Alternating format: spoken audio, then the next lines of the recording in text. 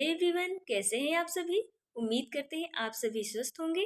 आपके लिए CTET paper 2 Hindi language first का प्रीवियस ईयर क्वेश्चन पेपर लेके आए हैं, जो 21 जनवरी 2024 को पूछा गया था। तो चलिए शुरू करते हैं। सबसे पहले गद्यांश देख लेते हैं। इच्छा से प्रेरित होकर लोग उन्नति के मार्ग पर चलने लगते हैं। अपनी यात्रा के आरंभ में वे अपनी प्रगति में बाधा डालने वाली सैकड़ों व्यक्तिगत और सामाजिक खामियों का पता लगाते हैं। उन आदि मानवों ने सुख प्राप्त करने के लिए अपनी सहज इच्छा से प्रेरित होकर भी इन खामियों के खिलाफ संघर्ष किया। हालांकि प्रगति प्राप्त करने के लिए कोई व्यवस्थित तरीका उपलब्ध न होने के कारण वे बहुत कमजोर थे। मानव अस्तित्व त्रिपक्षीय है, भौतिक, मानसिक और आध्यात्मिक। अपनी यात्रा के प्रारंभिक चरण में सुदूर अतीत के अंधेरे युग में मानव ने अकेले भौतिक और मानसिक क्षेत्रों में प्रगति की। मानव संरचना में रूपात्मक परिवर्तन अब भी हो रहे हैं और भविष्य में भी होंगे। मनुष्य भविष्य में ऐसे उल्लेखनीय परिवर्तनों से गुजरेगा जो आज के लोगों के लिए लगभग अपरिचित होंगे। हम यह नहीं कह सकते कि उन आरंभिक मनुष्यों ने वास्तव में कोई महत्वपूर्ण आध्यात्मिक प्रगति की थी। हालांकि उन्होंने जो भी उन्नति की वह किसी भी तरह से महत्वहीन नहीं थी। चलिए, इसी से रिलेटेड प्रश्न पूछे गए हैं। इसी गए पैराग्राफ को हम पढ़कर इसी से आंसर निकालेंगे। चलिए, इसका जो पहला प्रश्न है देखते हैं। विशेषण विशेष का उदाहरण नहीं है। पहला, अंधेरे युग। सेकेंड, मानव अस्तित्व। थर्ड, आध्यात्मिक दुनिया। फोर्थ, रूपात्मक परिवर्तन। इसका जो हमारा राइट आंसर हो जाएगा वो हमारा सेकंड हो जाएगा, यानी दूसरा हमारा मानव अस्तित्व राइट आंसर हो जाएगा। नेक्स्ट क्वेश्चन पे चलते हैं। उल्लेखनीय परिवर्तन से तात्पर्य है। पहला ऑप्शन है महत्वपूर्ण परिवर्तन, सेकंड है पुस्तकों की उल्लिखित परिवर्तन, थर्ड है पुरस्कृत परिवर्तन और फोर्थ है बड़े बड़े परिवर्तन। तो इसका जो हमारा राइट आंसर हो जाएगा पैराग्राफ के हिसाब से वो हमारा पहला राइट आंसर हो जाएगा, यानी महत्वपूर्ण परिवर्तन। नेक्स्ट क्वेश्चन पे चलते हैं। नेक्स्ट क्वेश्चन में पूछा है मानव के कौन से 3 पक्ष हैं। तो मानव के सांसारिक, मानसिक, आध्यात्मिक या भौतिक, मानसिक, सांसारिक, या थर्ड है भौतिक, मानसिक, आध्यात्मिक, फोर्थ है आध्यात्मिक, त्रिपक्षीय, भौतिक। तो 3 पक्ष पूछा है। तो इसमें देखिए पैराग्राफ में दिया हुआ है भौतिक, मानसिक और आध्यात्मिक। इसका जो हमारा राइट आंसर हो जाएगा वो थर्ड सही हो जाएगा, भौतिक, मानसिक, आध्यात्मिक। इसी में दिया है, ये हमारा राइट आंसर हो जाएगा। Third is right answer. Next question पे चलते हैं। उन्नति प्राप्त करने के लिए आवश्यक है कि मनुष्य अपनी कमियों को जान ले, अपने लक्ष्य की ओर चलता रहे, संघर्षरत रहे और विद्रोह करे, अपनी खूबियों को जान ले। तो इसका जो हमारा राइट आंसर हो जाएगा वो पहला हो जाएगा, यानी अपनी कमियों को जान ले। नेक्स्ट क्वेश्चन पे चलते हैं। नेक्स्ट क्वेश्चन है हमारा प्रगति प्राप्त करने का व्यवस्थित तरीका किसके पास नहीं है। सभी अज्ञानी मानवों के पास, या सभी अव्यवस्थित आदि मानवों के पास, या आदि मानवों के पास, सभी मनुष्यों के पास। तो इसका जो हमारा राइट आंसर पैराग्राफ के हिसाब से हो जाएगा वो आदि मानवों के पास। यही हमारा राइट आंसर हो जाएगा। नेक्स्ट क्वेश्चन पे चलते हैं। गद्यांश के अनुसार आधार पर कहा जा सकता है परिवर्तन मानव जीवन का सत्य है। सेकेंड, परिवर्तन अपरिपक्वता को दर्शाते हैं। थर्ड, परिवर्तन तीव्र गति से होते हैं। एंड फोर्थ, परिवर्तन महत्वपूर्ण नहीं होते हैं। इसका जो हमारा राइट आंसर हो जाएगा पैराग्राफ के हिसाब से वो पहला सही हो जाएगा, परिवर्तन मानव जीवन का सत्य है। नेक्स्ट क्वेश्चन है हमारा मानव शब्द में किस प्रत्यय और उपसर्ग का प्रयोग किया गया है। ईय या अन, या इत या आ, या ईय या सु, या ईय या आ। इसका जो हमारा राइट आंसर हो जाएगा जो मानवता, अगर मानवीय करेंगे तो ईय ये हमारा प्रत्यय हो जाएगा और आ इसमें उपसर्ग है, तो इसका राइट आंसर हमारा 4 हो जाएगा। नेक्स्ट क्वेश्चन पे चलते हैं। नेक्स्ट क्वेश्चन है हमारा आदिमानव ने क्षेत्र में प्रगति की परंतु क्षेत्र में प्रगति नहीं की। तो आदिमानव ने भौतिक मानसिक, या भौतिक आध्यात्मिक, या मानसिक भौतिक, या आध्यात्मिक भौतिक। इसका जो हमारा राइट आंसर हो जाएगा वो भौतिक और आध्यात्मिक, यानी भौतिक में प्रगति की, आध्यात्मिक में प्रगति नहीं की। इसका जो हमारा सेकंड राइट आंसर हो जाएगा। नेक्स्ट क्वेश्चन पे चलते हैं। अध्यात्म शब्द में इक प्रत्यय लगाने पर शब्द बनेगा आध्यात्मिक या आध्यात्मिक या अध्यात्मिक या अध्यात्मिक। इसका जो हमारा राइट आंसर हो जाएगा वो सेकेंड सही हो जाएगा, आध्यात्मिक हमारा राइट आंसर हो जाएगा। अब नेक्स्ट दिया हुआ है कविता यानी पद्य से, इसमें भी प्रश्न पूछे गए हैं इसी कविता से। चलिए पढ़ते हैं। कट गया है शीश पर ये शीश है झुका नहीं, राही उसी का नाम है जो राह में रुका नहीं। एक दिन प्रकाश होता है कितना भी अंधकार हो, सत्य की विजय सदा असत्य की हार हो। सच्चाई साथ में रहे कैसा भी अपना अंत हो, सत्य की विजय सदा असत्य की हार हो। चलिए इससे प्रश्न जो पूछे गए हैं देख लेते हैं। समूह से भिन्न युग्म शब्द युग्म हैं, सत्य सत्य, जय पराजय, प्रकाश अंधकार या हार विहार। इसका जो हमारा राइट आंसर हो जाएगा वो फोर्थ हो जाएगा, हार विहार।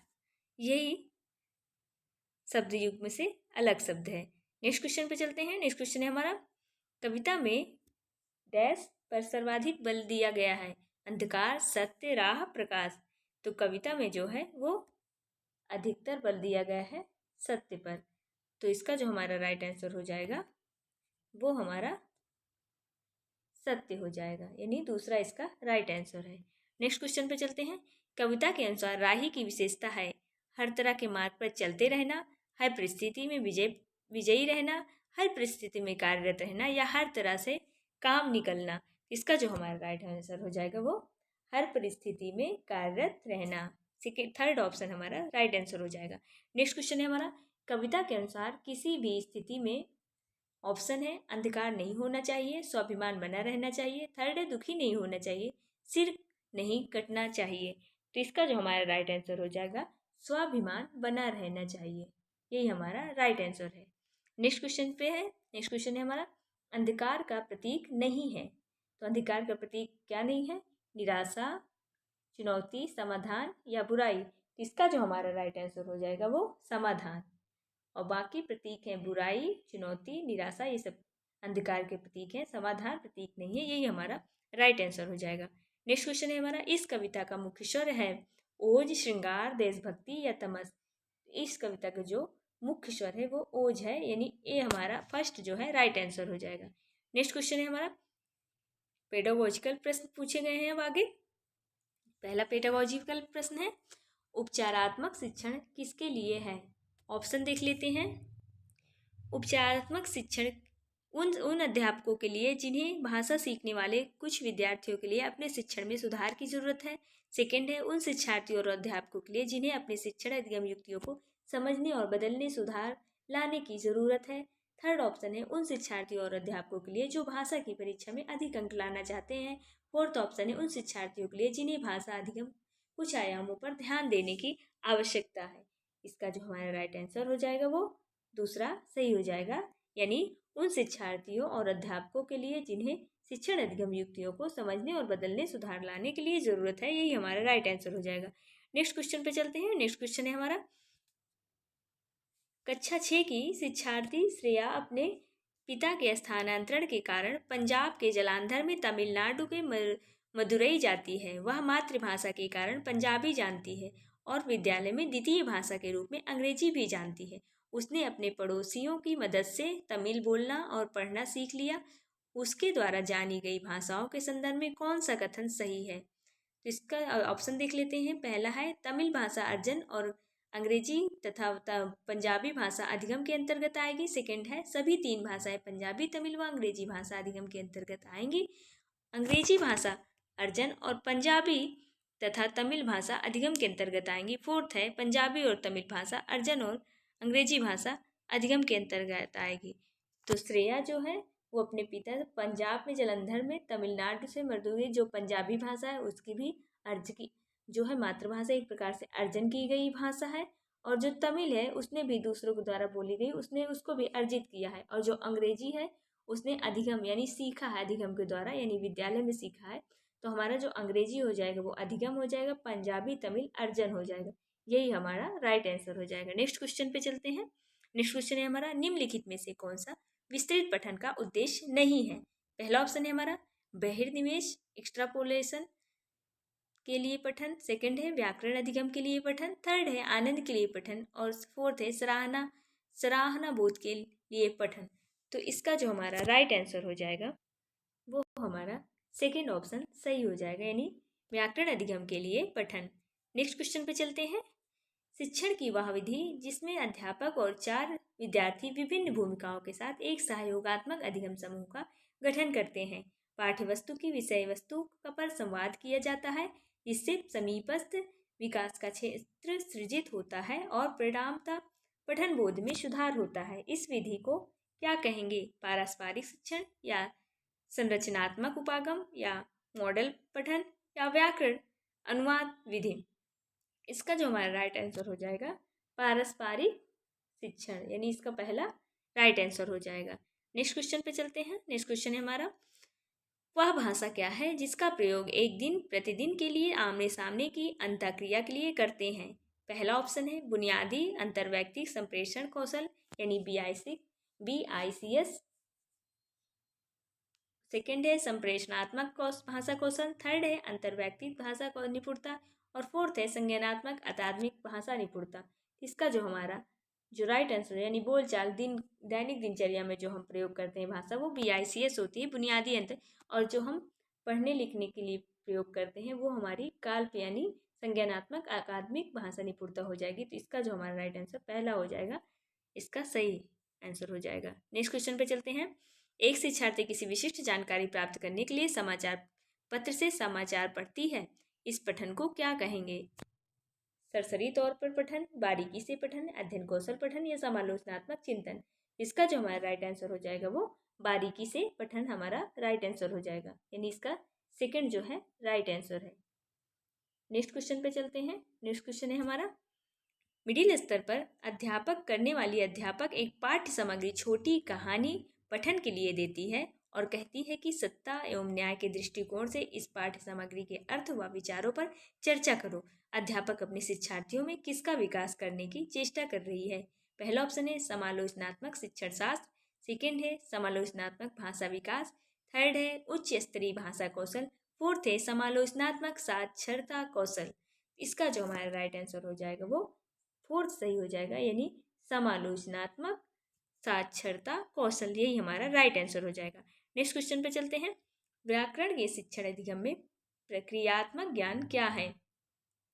पहला ऑप्शन है व्याकरणिक तत्वों के बारे में ज्ञान, सेकंड है व्याकरणिक तत्वों के नियमों को जानना, थर्ड है भाषा और उसकी संस्कृति को जानना, फोर्थ है यह जानना कि व्याकरण प्रश्न तत्वों को कैसे किया जाए। इसका हमारा जो राइट आंसर हो जाएगा वो फोर्थ सही हो जाएगा, यानी यह जानना कि व्याकरणिक प्रश्न या तत्वों को कैसे किया जाए, यही हमारा राइट आंसर हो जाएगा। नेक्स्ट क्वेश्चन पे चलते हैं। नेक्स्ट क्वेश्चन है हमारा, त्रिभाषा सूत्र के बारे में कौन सा कथन सही है? पहला ऑप्शन है अंग्रेजी हिंदी घर की भाषा स्थानीय भाषा प्रथम भाषा के रूप में, या मातृभाषा घर की भाषा हिंदी भाषा प्रथम भाषा के रूप में, या मातृभाषा घर की भाषा अंग्रेजी प्रथम भाषा के रूप में, या फोर्थ है मातृभाषा घर की भाषा या क्षेत्रीय भाषा प्रथम भाषा के रूप में। तो प्रथम भाषा के रूप में जो है मातृभाषा और घर की भाषा और क्षेत्रीय भाषा को प्रथम भाषा के रूप में हम मानेंगे, तो हमारा फोर्थ जो है इसका राइट आंसर हो जाएगा। नेक्स्ट क्वेश्चन पे चलते हैं। एक भाषा अध्यापक अंग्रेजी में कहानी सुनाती है और शिक्षार्थी से कहती है कि इन्हें जो भी भाषा आती है उस भाषा में यह कहानी समूह में सुनाएं, फिर कक्षा की सामान्य भाषा में यही कहानी सुनाएं। इस शिक्षण शास्त्रीय युक्ति को किस रूप में जाना जाता है? ऑप्शन देख लेते हैं इसके। पहला ऑप्शन है बहुभाषिक नीति, सेकंड है बहुभाषा शिक्षण, थर्ड है भाषा अर्जन एंड फोर्थ है परभाषा व्यवहार या ट्रांस लैंग्वेज। इसका जो हमारा राइट आंसर हो जाएगा वो फोर्थ राइट आंसर हो जाएगा, यानी परभाषा व्यवहार या ट्रांस लैंग्वेज इसका राइट आंसर हो जाएगा। नेक्स्ट क्वेश्चन पे चलते हैं। कोझिकोडी के एक विशेष समुदाय में बोली जा रही मलयालम इसी स्थान में दूसरे स्थान की बोली जा रही मलयालम से थोड़ी सी भिन्न है। विशेष समुदाय द्वारा बोली जा रही मलयालम को किस रूप में जाना जाएगा? पहला मलयालम की क्षेत्रीय बोली, सेकेंड मलयालम की सामाजिक बोली, थर्ड ये दो भिन्न भिन्न भाषाएं हैं, एंड फोर्थ मलयालम के दो प्रकार। इसकी जो हमारे राइट आंसर हो जाएगा इसका जो इसका हमारा राइट आंसर सेकेंड हो जाएगा, यानी मलयालम की सामाजिक बोली हमारा राइट आंसर हो जाएगा। नेक्स्ट क्वेश्चन पे चलते हैं। अंतर्भाषिक पहचान क्या है? ऑप्शन देख लेते हैं हम। पहला ऑप्शन है शिक्षार्थी के निर्णय सहजात भाषा में कुछ और लक्ष्य भाषा में कुछ असमान होते हैं। सेकंड है शिक्षार्थी का या निर्णय की सहजात भाषा का ज्ञान द्वितीय भाषा के अधिगम में अवरोध पैदा करता है। थर्ड है शिक्षार्थी की यह समझ की विभिन्न भाषाओं का अधिगम विभिन्न योग्यताओं का आधार सम आश्वासन है। फोर्थ है शिक्षार्थी के निर्णय कुछ तो सहजात और भाषा में कुछ लक्ष्य भाषा में समान होते हैं। इसका हमारा जो राइट आंसर हो जाएगा वो फोर्थ सही हो जाएगा। फोर्थ हमारा राइट आंसर है। नेक्स्ट क्वेश्चन पे चलते हैं। नेक्स्ट क्वेश्चन है हमारा, नीचे दिया गया अधिगम कार्य शिक्षार्थियों को भिन्न भिन्न समूह में करने के लिए दिया गया है। पता लगाएं कि शब्द संपदा का अधिगम की इस स्थित गतिविधि में को किस रूप में जाना जाएगा। निम्नलिखित शब्दों को से संबंधित शब्द और वाक्यों का पता लगाइए। परिवार, संबंध, भावनाएं। पहला ऑप्शन है शब्द समूह। सेकंड है समूह शब्दावली। थर्ड है शब्द जाल। फोर्थ है थीम आधारित शब्दावली। इसका जो हमारा राइट आंसर हो जाएगा वो थीम आधारित शब्दावली हमारा राइट आंसर हो जाएगा, यानी फोर्थ इसका राइट आंसर है। नेक्स्ट क्वेश्चन पे चलते हैं। नेक्स्ट क्वेश्चन है हमारा, कक्षा 7 की अध्यापिका जोड़ियां यानी पेयर्स में कार्य करवाने वाली गतिविधि करवा रही है, जिसमें सभी जोड़ियां यानी पेयर्स को 10 वाक्यों की कहानी पर काम करने के लिए देती है। पहली जोड़ीदार पहल वाक्य पढ़ती है और दूसरी जोड़ीदार उस वाक्य को लिखती है। अब दूसरी जोड़ीदार दूसरा वाक्य पढ़ती है और पहली जोड़ीदार उस दूसरे वाक्य को लिखती है। इस तरह से दोनों जोड़ीदार कहानी पूरी करते हैं। बाद में मूल कहानी से अपने लिखे हुए की तुलना करते हैं। इस गतिविधि को क्या कहेंगे? पारस्परिक श्रवण, वाक्य श्रुतलेख, पारस्परिक श्रुतलेख या पारस्परिक लेखन। इसका जो हमारा राइट आंसर हो जाएगा पारस्परिक श्रुतलेख हमारा राइट आंसर हो जाएगा, यानी थर्ड इसका राइट आंसर है। लास्ट क्वेश्चन हमारा आज का, निम्नलिखित में से कौन सा संकेत भाषा के बारे में सही नहीं है? पहला ऑप्शन संकेत भाषा प्राकृतिक भाषा है। सेकंड संकेत भाषा की व्याकरण नहीं होती है। थर्ड है संकेत भाषा में व्याकरण होती है। फोर्थ है संकेत भाषा के बहुत से प्रकार हैं। इसका जो हमारा राइट आंसर हो जाएगा वो संकेत भाषा में व्याकरण नहीं होती है। यही हमारा निगेटिव पूछा है तो निगेटिव आंसर हो जाएगा, यानी दूसरा इसका राइट आंसर हो जाएगा। ऐसे ही PYQ देखने के लिए हमारे चैनल को लाइक, सब्सक्राइब एवं शेयर करें एंड बेल आइकन दबाना न भूलें ताकि आने वाली वीडियो का नोटिफिकेशन आप तक पहुंच सके। धन्यवाद।